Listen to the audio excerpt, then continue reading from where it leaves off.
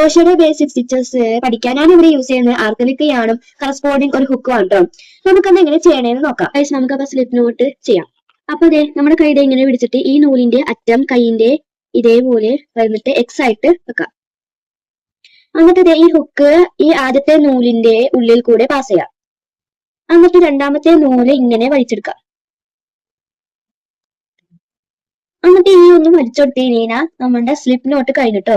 ഇതിലൂടെ തന്നെ stain stitch ഇടാട്ടോ 2-3 അപ്പൊ അതെ ഹുക്ക് യാണോവർ ഇതേപോലെ ഹുക്ക് ചെയ്യേണ്ടത് ഇതേപോലെ എടുക്കാം. ഈ ഒരു ഇതിന്റെ ഉള്ളിൽ കൂടെ എടുക്കാം. ഇതേപോലെ എടുത്തിട്ട് ഈ ഉള്ളിൽ ഇങ്ങനെ എടുക്കാം.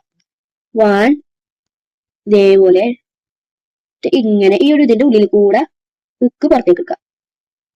yarn over, pull this hook out, then yarn over, pull this hook out, yarn over, pull this hook out, yarn over, pull this hook out, yarn over, pull this hook out. അപ്പോ ഇങ്ങനെയുണ്ട് നമ്മൾ chain stitch ചെയ്യേണ്ടത്. നമ്മൾ സ്റ്റിപ്പ് നോട്ടും chain സ്റ്റിച്ചും എങ്ങനെ ചെയ്യേണ്ടത് കാണിച്ചു. അപ്പോൾ നമ്മുടെ ഇന്നത്തെ വീഡിയോ ഇത്രയേ ഉള്ളൂ. Bye bye.